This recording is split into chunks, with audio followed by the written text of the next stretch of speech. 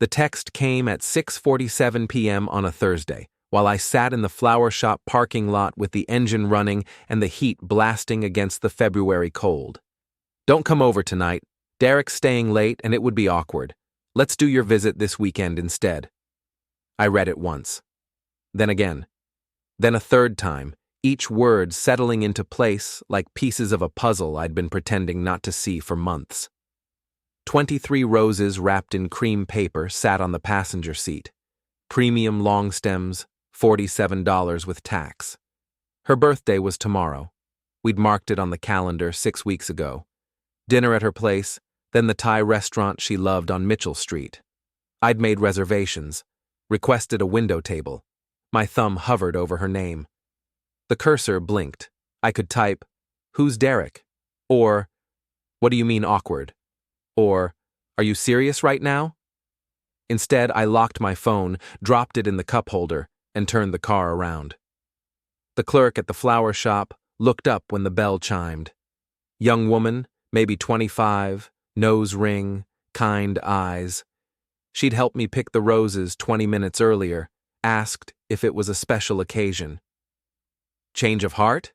she asked now, confusion crossing her face. "Something like that," I said. She didn't ask questions, just scanned the receipt, counted out $47 in bills from the register, placed them in my palm still warm from her hand. "I hope everything's okay," she said quietly. "Me too," I said. The drive back to our apartment took 12 minutes. Every minute I used to practice my breathing, in through the nose, out through the mouth, the way my therapist taught me after my father passed, steady, controlled, no room for the anger that wanted to climb up my throat. I parked in my usual spot, number 347, third floor of the parking garage. Victoria's Honda was gone. Of course it was. The apartment door swung open silently. I'd oiled the hinges last month after she complained about the squeak. Everything looked exactly the way I'd left it that morning. Coffee cup rinsed and sitting in the dish rack. Bed made with hospital corners, her side always messier than mine. Mail stacked on the counter, sorted by importance, bills, catalogs, junk. I stood in the living room and looked around like I was seeing it all for the first time. The framed photo of us in Seattle, her head on my shoulder, Space Needle in the background. That trip was 18 months ago, back when she still smiled at me like I was someone worth seeing. The throw pillows she'd bought from that expensive boutique downtown, $60 each. I'd thought it was ridiculous. She'd said I didn't understand aesthetics. The coffee maker she'd given me last Christmas, top of the line, with a note attached, "For all those early mornings. Love always, V. Love always." I walked into the bedroom and pulled my duffel bag from the closet. Methodical. That's how I do everything. It's why I'm good at my job. Logistics operations means thinking 3 steps ahead, anticipating problems before they become disasters. Clothes first, jeans, shirts, underwear, socks. I left the dress shirts she'd bought me hanging in the closet, left the shoes she'd picked out for her cousin's wedding. If she'd bought it, it stayed. Bathroom, toothbrush, razor, deodorant, my grandfather's straight razor I used on Sundays. I left the cologne she'd given me on my birthday. Tom Ford, expensive. She'd said it made me smell sophisticated. The watch my grandfather left me sat on the nightstand on my side. I slipped it over my wrist, felt the familiar weight settle against my bone. Books from the shelf in the living room. Nothing sentimental, just the paperbacks I'd brought with me when I moved in. Stephen King, Michael Crichton, a few Tom Clancy novels I'd never finished. 15 minutes. That's all it took to pack up 3 years. I found a grocery receipt in the junk drawer. Gas station, 2 days ago, $43.17 for a tank of premium. Her car took regular. The pen was right where I'd left it that morning, next to the grocery list pad. I wrote 3 sentences on the back of the receipt, kept my handwriting neat. "Got your message. I understand. Take care of yourself." I placed the note on the kitchen counter, anchored it with her house keys. 2 keys on a ring shaped like a heart. I'd given her that keychain after our 6-month anniversary. She'd called it cheesy. I'd thought she was joking. My hand shook when I set the keys down. Just a tremor. Small. I steadied it against the counter and breathed through it. The door locked behind me with a soft click. I stood in the hallway for a moment, duffel over my shoulder, waiting for something. Some feeling. Sadness, maybe. Rage. Nothing came. My brother's apartment was 43 minutes away in light traffic. I made it in 37, ran 2 red lights, didn't care. Tyler had been in Philadelphia for 2 months on a construction management contract. Big project, good money. He'd given me his spare key 5 weeks ago when I'd mentioned watering his plants. Just in case you ever need a place to crash, he'd said. Why would I need that? I'd asked. He'd shrugged. You never know. Funny how brothers can see things coming before you do. The apartment smelled like stale air and forgotten plants. I flipped on the lights. Small 1-bedroom, clean, furniture that looked like it came from IKEA and student loans. I dropped the duffel on the couch and sat down in the dark, still wearing my jacket. Inventory time. 6 months ago, Victoria got promoted to hospital administrator. More responsibility, more hours, more stress, she said. I'd been proud of her, told everyone at work my wife was moving up in the world.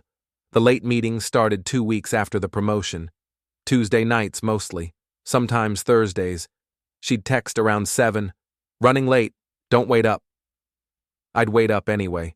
She'd come home after 11, tired, distracted. She'd kiss my forehead, not my mouth, and go straight to bed. The new gym membership came in September. Planet Fitness, the one near the hospital. She'd said she needed to take care of herself better, manage her stress. I'd never seen her go. October.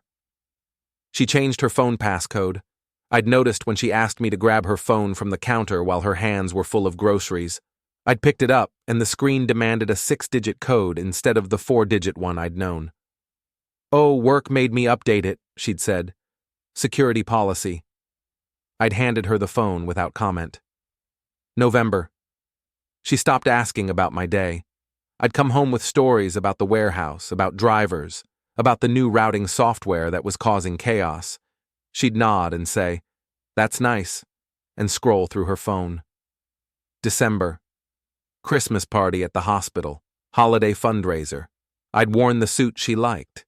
She'd introduced me to people from her department, doctors, nurses, administrators, and Derek Hansen, pharmaceutical sales rep, tall guy, probably 6'2", good suit, better watch. Rolex looked like. Maybe a knockoff.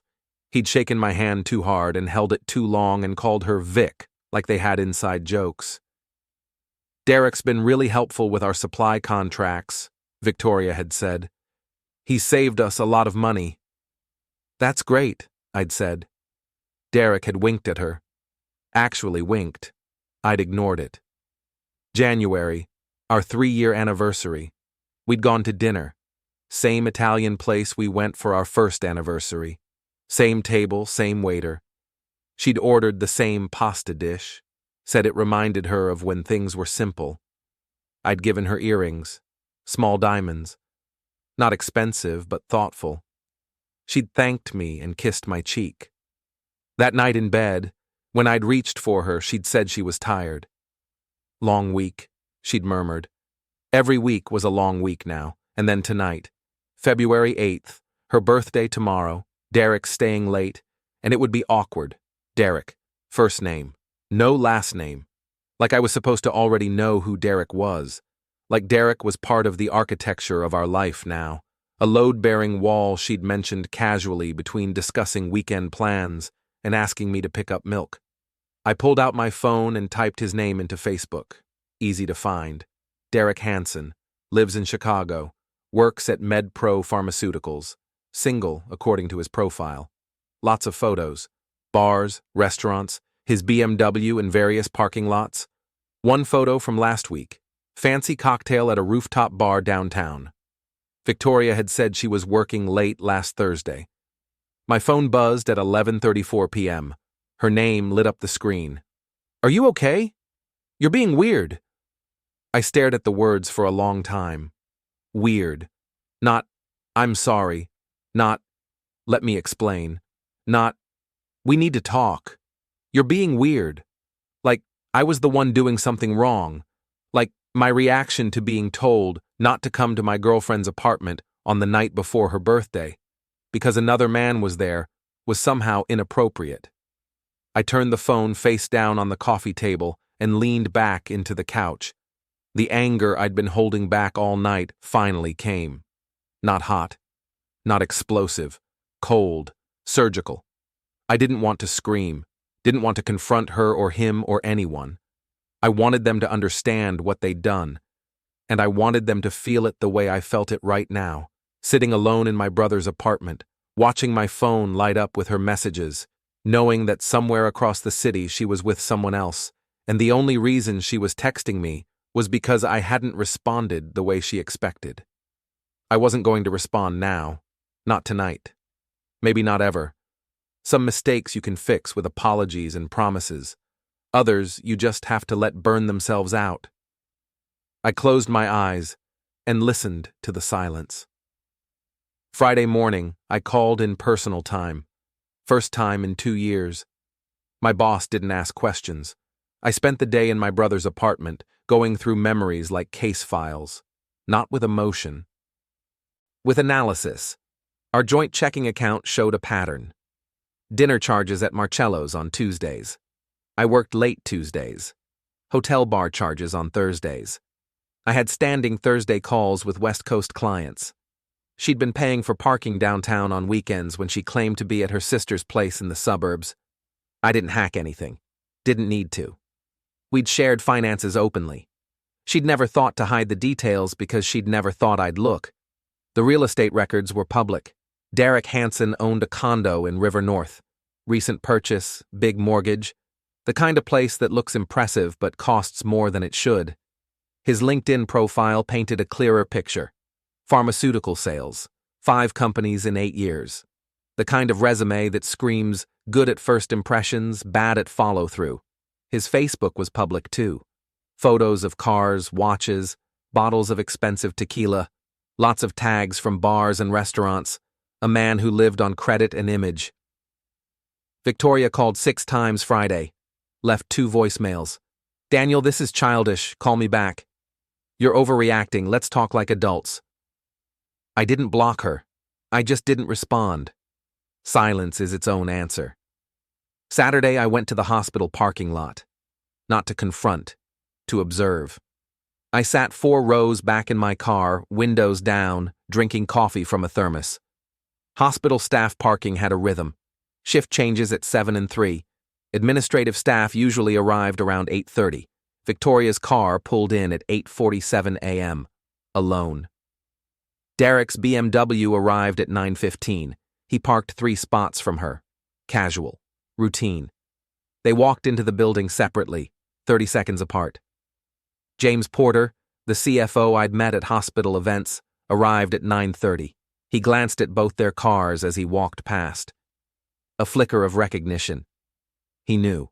That was useful. I drove back to my brother's place and made a list, not of actions, of leverage points. Derek's job depended on reputation. Pharmaceutical sales meant client trust, hospital relationships. One complaint to the wrong person could start a review.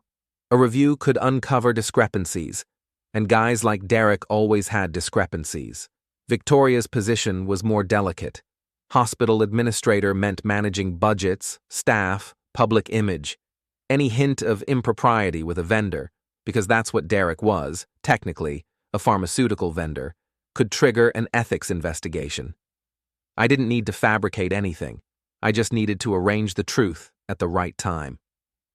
Sunday evening, my phone rang. "Victoria," I answered. "Finally," she said. "What's going on with you?" "Nothing," I said. "I'm good." "You disappeared. You told me not to come over. I didn't."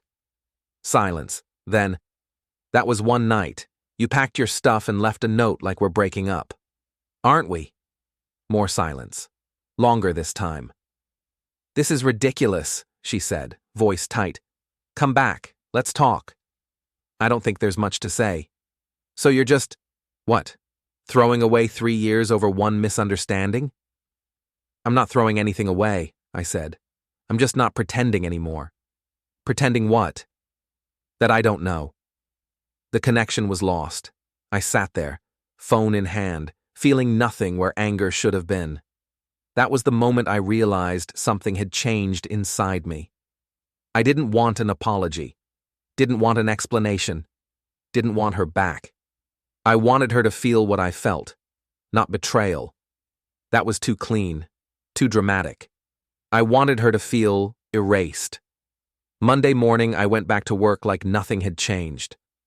Tom stopped by my desk at 9:30 with coffee and a concerned look. "You good?" he asked. "Yeah," I said. "Personal stuff. It's handled." He nodded slowly. "You need anything, let me know." "I will, thanks." He left, and I went back to the manifest spreadsheet on my screen.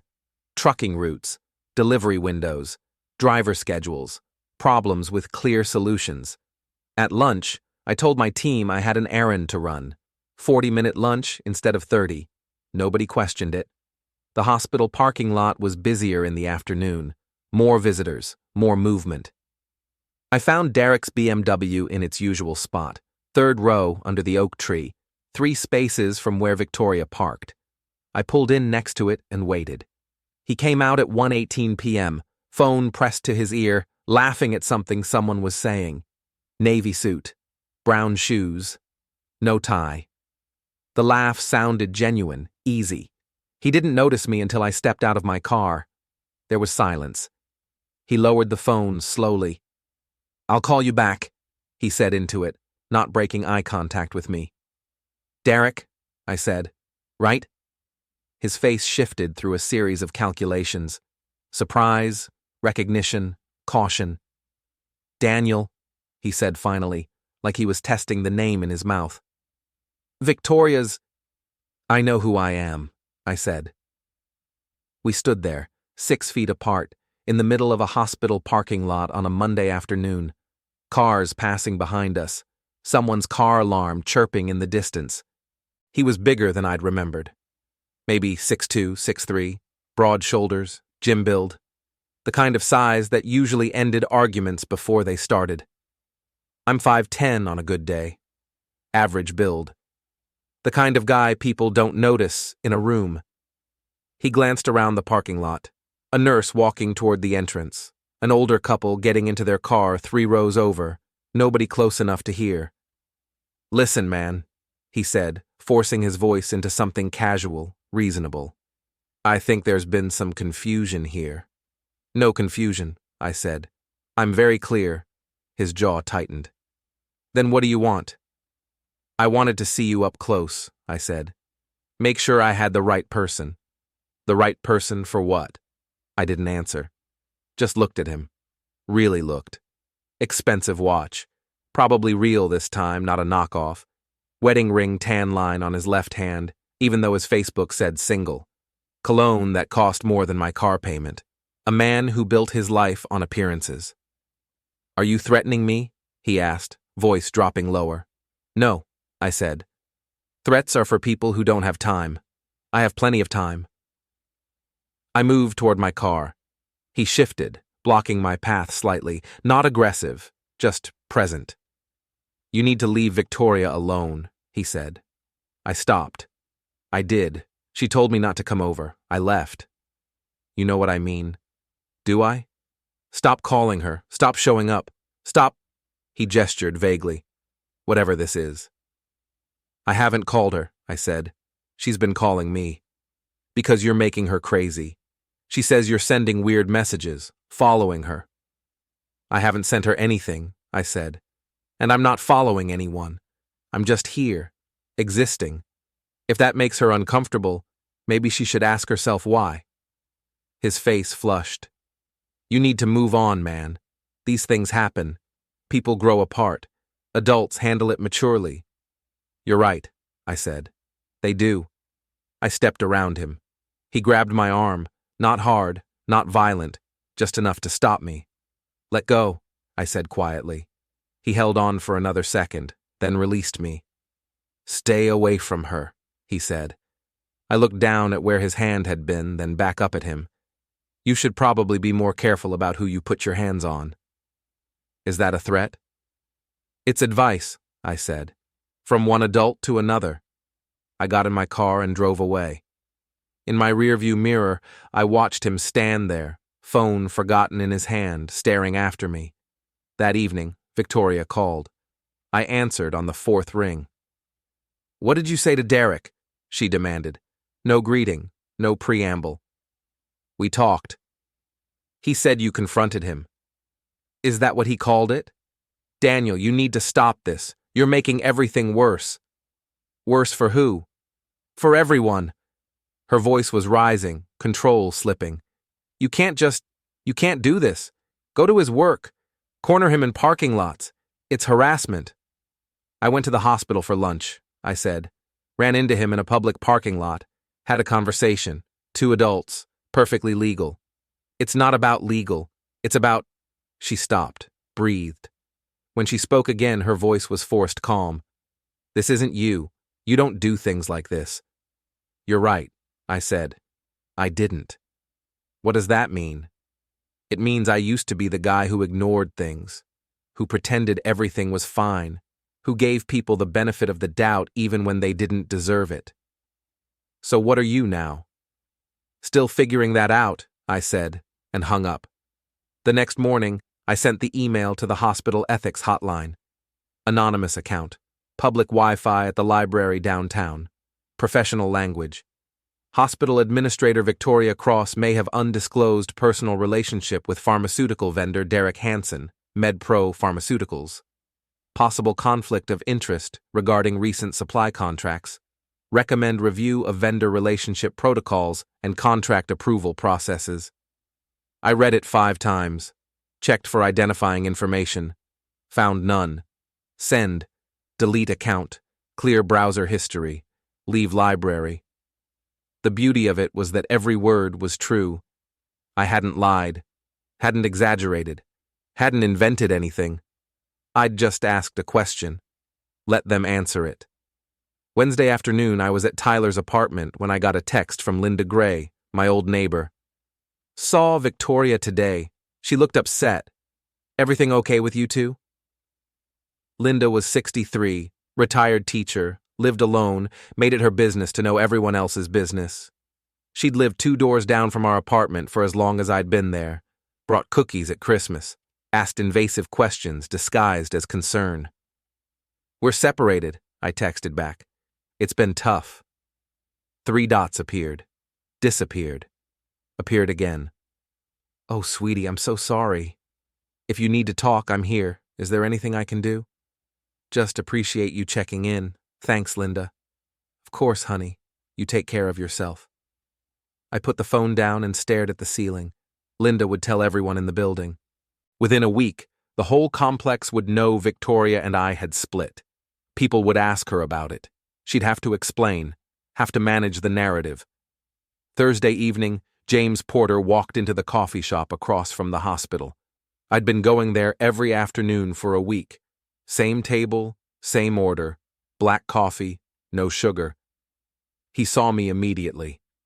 I watched the recognition cross his face, followed by calculation. He bought his coffee and stood there for a moment, deciding. Then he sat down across from me without asking. "Mr. Cross," he said. "Mr. Porter." We looked at each other. He was mid-40s, graying at the temples, expensive suit worn with ease. The kind of man who'd learned early how to be invisible while seeing everything. "You're methodical," he said finally. "I don't know what you mean." "The emails, the timing, the small details that create larger problems." He stirred his coffee slowly. "It's almost elegant." I said nothing. "I could tell them it's you," he said.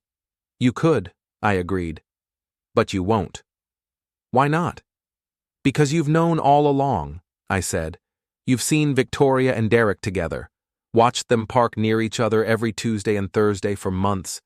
You've sat in meetings where Derek's company won contracts that other vendors could have matched, and you said nothing. He stopped stirring. If this goes to a full investigation, I continued, and they start asking who knew what when, your silence looks like complicity, maybe even corruption. Hospital CFO who turned a blind eye to vendor relationships that affected purchasing decisions. He set down his spoon carefully. So we're both just watching. Seems like it. What's your endgame here? Don't have one, I said honestly. I'm making this up as I go. That makes you dangerous. Or honest, I said. He stood up. For what it's worth, I'm sorry about what happened to you. Don't be, I said. I'm not. He left without another word. That night, Derek showed up at Tyler's apartment building. I was making dinner, pasta, jar sauce, nothing fancy, when someone pounded on the door at 9:27 p.m. I looked through the peephole. Derek. I opened the door but left the chain on. We need to talk, he said. No, I said. We don't. You sent that email to the hospital. What email? The ethics complaint. About me and Victoria. I said nothing. You can't do that, he said, voice rising. That's harassment, slander. I could call the authorities. I could sue you. You could, I said. But you won't. Why not? Because then you'd have to explain what the email was about, what relationship it referenced. And if there's no relationship, if nothing inappropriate happened, why are you at my door at 9:30 at night? His face flushed red. You're trying to ruin my life. No, I said calmly. I'm just existing. If my existence ruins anything, that's your problem, not mine. Victoria made a choice, he said. You need to accept that and move on. I did accept it, I said. I accepted it the night she told me not to come over. I accepted it when I packed my things. I accepted it when I left her keys on the counter. Then why are you still… I'm not doing anything, I said. I'm going to work, coming home, living my life. If that creates problems for you, maybe you should ask yourself why. He stepped closer to the door. The chain rattled slightly. She doesn't want you anymore. She wants me. Then you have nothing to worry about, I said. Stop sending emails. Stop following her. Stop. I haven't followed anyone, I said. But I'll give you some advice, free of charge. What? If you're sleeping with someone who controls vendor contracts at a major hospital, and you're a vendor at that hospital, you should probably be more careful about where you park, about how often your company wins bids, about things that look like conflicts of interest. There's no conflict. Then the investigation will clear you, I said. Good night, Derek. I closed the door. He stood there breathing heavily on the other side. I could hear it through the wood. Then his footsteps retreated down the hall. I stood in the dark kitchen, heart pounding, and realized something had shifted. I'd provoked him, deliberately, pushed him toward a reaction, not because I wanted a fight, because I wanted him scared. Scared people make mistakes. The ethics inquiry moved faster than I expected. Hospital bureaucracy is usually glacial, but the combination of vendor relationships and potential financial impropriety must have triggered some automatic review process. By Friday, Victoria's office schedule was suddenly full of meetings with HR and compliance. I knew because Linda Gray, my neighbor from the old apartment building, texted me. Saw Victoria leaving her car this morning. She looked stressed. Everything okay? Linda had lived 2 doors down from us. Retired teacher, baked cookies, asked invasive questions under the guise of concern. The kind of person who noticed everything and told everyone. We're separated, I texted back. Has been rough. Oh, honey, I'm so sorry. If you need anything. I thanked her and put the phone away.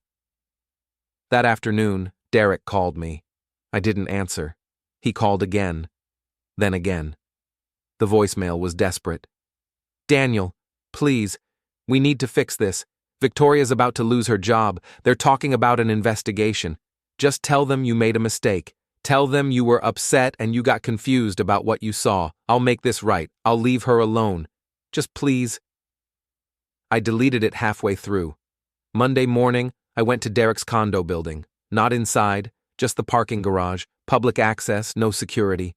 His BMW was there. I didn't touch it, didn't need to. I took photos of the temporary parking permit in his window. The permit showed he'd been parking in the hospital vendor lot every Tuesday and Thursday for 3 months. Hospital policy required vendors to check in at the front desk, log their visits, and display temporary permits that expired after 4 hours. His permits were all-day passes, the kind issued to staff, not vendors. Someone had been helping him bypass the sign-in process.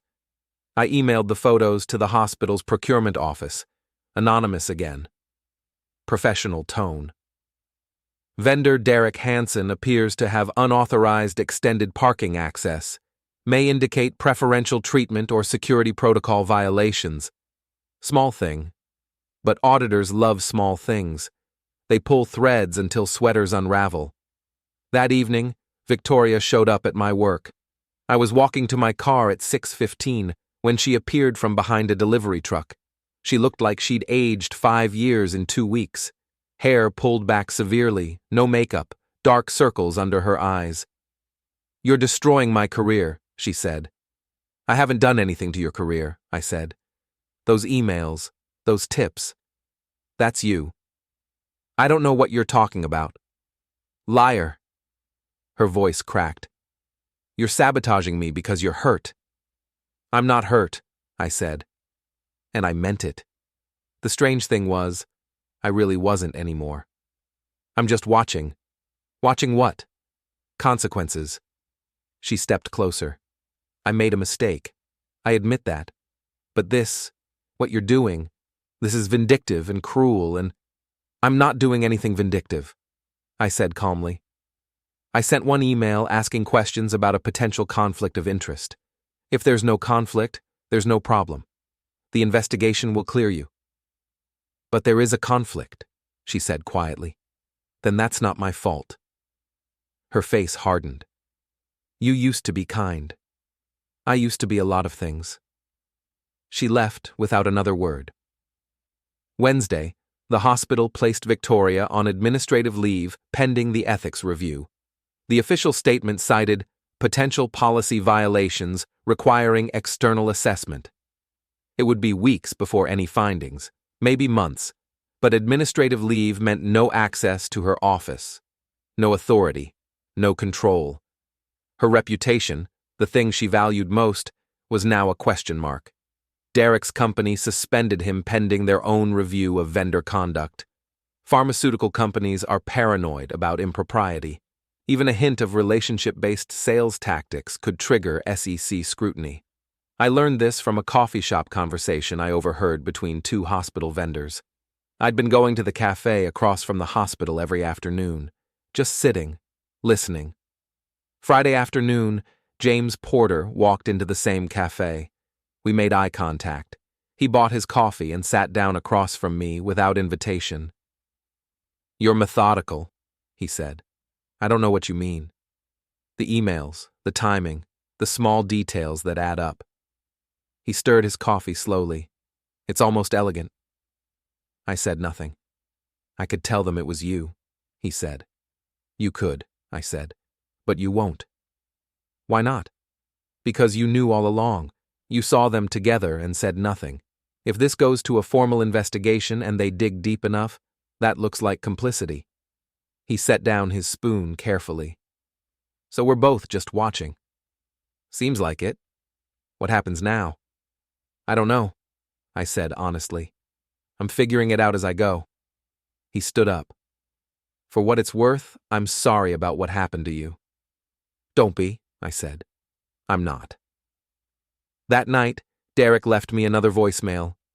"You win, okay? You win. I'll transfer regions. I'll quit if I have to. Just call off whatever you're doing. Victoria doesn't deserve this. She has nothing to do with my vendor status or the parking permits or any of it. This is between you and me." I saved the voicemail. Evidence that he understood exactly what was happening. Sunday evening, Victoria called from an unknown number. I know you're behind this, she said, without preamble. Behind what? Everything. The investigation, Derek's suspension, the parking thing, all of it. Sounds like Derek made some poor choices. We made poor choices, she said. Both of us. But you're punishing me like I'm the only one who did something wrong. I'm not punishing anyone, I said. I'm just not protecting you anymore. Silence. That's worse, she said finally. You were supposed to be better than this. You're right, I said. I was supposed to be the guy who waited while you figured yourself out, the guy who accepted your excuses, the guy who pretended not to notice. Daniel, I'm not that guy anymore, and you did that. You made that choice when you sent me that text. Remember?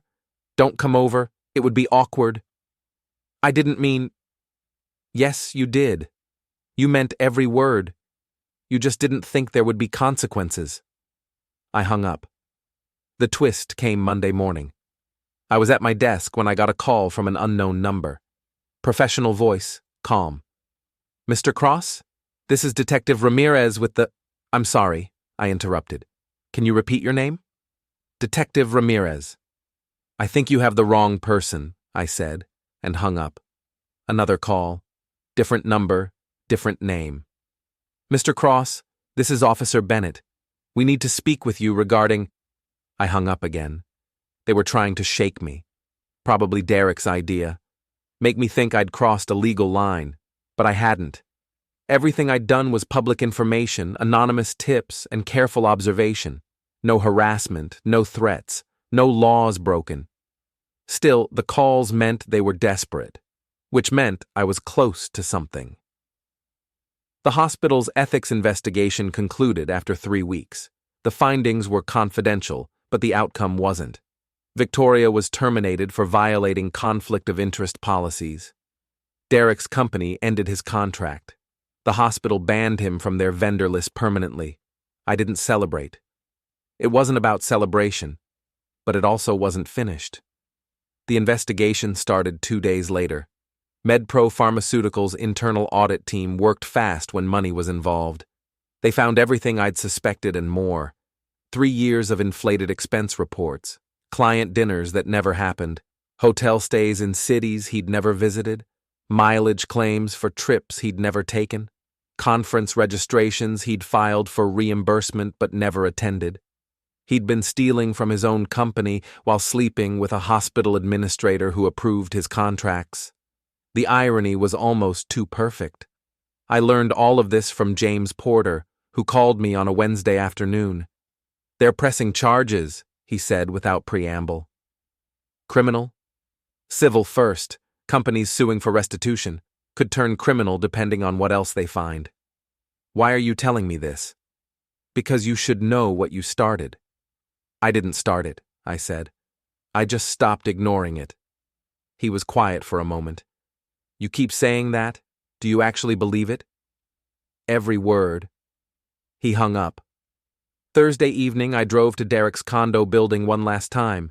His BMW was gone from spot 237. The space sat empty, oil stain on the concrete where it used to park, probably repossessed. Leasing companies don't wait when you stop making payments. I sat in the parking garage for 20 minutes, engine running, heat on against the March cold. My phone buzzed. Tyler, calling from Philadelphia. How's the apartment? He asked. Good. Thanks again for letting me crash. Anytime, man. You sound better. Yeah? I said. How'd I sound before? Hollow, he said. Like someone had scooped you out and left the shell. That's accurate. And now? Now I'm just tired, I said. That's progress, I guess. He paused. You coming to the thing next month? What thing? Cousin Janet's wedding. Mom's been asking if you're bringing Victoria. Definitely not. Because of the breakup? Because I don't feel like explaining my life to relatives who haven't called me in 3 years. He laughed. Fair enough. Let me know if you change your mind. We hung up. I sat there in the dark and realized I hadn't thought about Victoria in 3 days. Not with anger, not with pain, not at all. She'd become scenery, background noise, something that happened to someone else in a story I'd already finished reading. That night, my phone rang at 11:47 p.m. Unknown number. I almost sent it to voicemail. Daniel? Victoria's voice. Quiet. Broken in a way I'd never heard before. Yeah. I got the termination letter today, official, with all the findings. It's done. Okay. That's all you have to say? What do you want me to say? I don't know. She was crying. I could hear it in the way she breathed. Maybe that you're sorry, that you didn't mean for it to go this far, that you still care even a little bit. But I'm not sorry, I said. And I did mean for it to go exactly this far. Why? Because you needed to understand. Understand what? That actions have consequences, that you can't treat people like they're disposable and expect them to just disappear quietly into whatever corner is most convenient for you. She was quiet for a long time. I could hear traffic in the background. She was outside somewhere, walking, maybe. What about you? She asked finally. Do your actions have consequences? Every day, I said. You destroyed my career. Derek might go to prison. And you feel nothing? I didn't destroy anything, I said. I just stopped holding the pieces together. If it all fell apart, that's because it was already broken. That's a convenient way to avoid responsibility. Maybe, I said. But it's also true. She was quiet again. Then, I loved you. I really did. At the beginning. I know, I said. But somewhere along the way, I stopped seeing you. You became wallpaper, background, something that was just always there. I know that too. I'm sorry, she said. For all of it. For every choice I made that brought us here. I believe you, I said. But it doesn't change anything. No, I said. It doesn't. She hung up without saying goodbye. I sat there in Tyler's apartment, phone in my hand, waiting for guilt or regret or even satisfaction. Nothing came. Just the quiet certainty that I'd done exactly what needed to be done. The final confrontation happened on a Saturday afternoon in late March, 3 weeks after Victoria lost her job. I was leaving the gym, actually leaving this time, not just driving past, when I saw Derek's BMW in the parking lot of a liquor store 2 blocks away. Same car, same plates. Hadn't been repossessed after all. Maybe he'd borrowed money. Maybe he'd sold something. Didn't matter. I pulled in 3 spots away and waited. He came out 15 minutes later carrying 2 bottles in paper bags. Cheap tequila. I could see the labels through the thin paper. He'd lost weight. A lot of it. His suit hung off his shoulders like borrowed clothes. His face looked gaunt, hollowed out. The kind of weight loss that comes from stress, not exercise. He saw me immediately, froze halfway to his car, bottles in hand. I got out. Daniel, he said. His voice was different, all the confidence drained away. Derek. We stood there in the parking lot. Saturday afternoon, families going in and out of the grocery store next door, kids playing basketball in the court across the street, normal life happening around us while we stood in the ruins of ours. You got what you wanted, he said finally. Did I? Victoria's fired. I'm probably going to face charges. My company's suing me for restitution. I had to sell my condo. My car's about to be repossessed for real this time. He laughed, bitter and sharp. You destroyed everything. No, I said. You did that yourself. I just stopped ignoring it. What's the difference? Intent, I said. You built your life on lies and shortcuts and taking things that weren't yours. I just asked questions about things that were already true.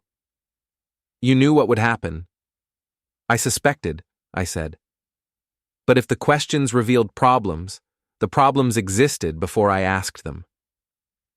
He set the bags on the hood of his car carefully like they might break. You want me to say I'm sorry? Fine. I'm sorry. I'm sorry I met Victoria. I'm sorry I didn't think about you or what it would do to you. I'm sorry I was selfish and stupid and thought I could have everything without consequences. I don't want your apology. Then what do you want? I thought about it.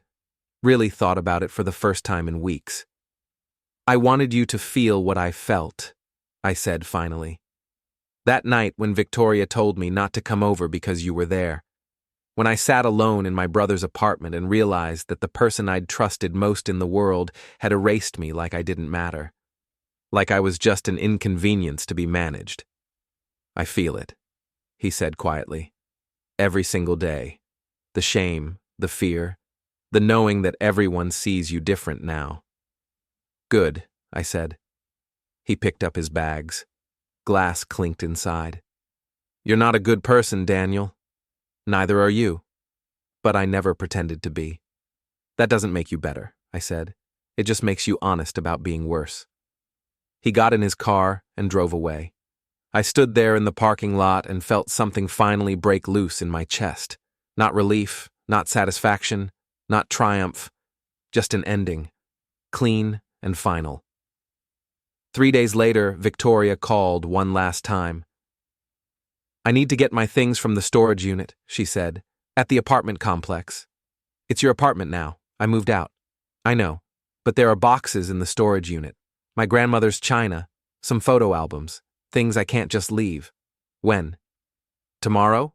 2 p.m.? Fine. I met her at the complex the next afternoon. She was already there, standing by her car. New car, or new to her. Honda Accord, 10 years old, dented rear bumper, faded paint. Such a long way down from the image she'd worked so hard to build. Hey, she said. Hey! We walked to the storage unit in silence. She opened it with her key, boxes stacked against the back wall, covered in dust. These two, she said, pointing to boxes marked in her handwriting. China, photos. I helped her carry them to her car. She popped the trunk. We loaded them carefully. Thanks, she said. Sure. She opened the driver's door, then stopped. Can I ask you something? Go ahead. Do you hate me? I thought about it, really considered the question. No, I said finally. Then what do you feel when you think about me? Nothing, I said honestly. You're just someone I used to know. Her eyes filled with tears. That's worse than hate. I know, I said. She got in her car and drove away without looking back. I walked back to my car and sat there for a long time, watching the empty parking space where she'd been.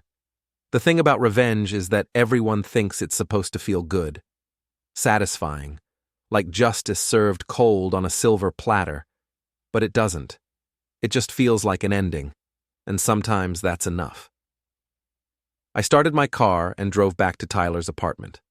Back to my temporary life in a temporary space that was starting to feel permanent. Tomorrow I'd start looking for my own place. Next week I'd call Tyler and tell him thanks, but I was ready to move out and move on. Next month maybe I'd start feeling like a person again instead of a collection of reactions to pain. Or maybe I wouldn't. Maybe this was who I was now. Someone who asked questions and watched the answers destroy people. Someone who'd learned that the difference between justice and revenge was mostly just a matter of perspective and timing. Someone who'd stopped pretending that being kind meant letting people hurt you without consequences. I pulled into the parking garage and turned off the engine. My phone buzzed. Linda Gray. Heard Victoria moved out for good. You doing okay, honey?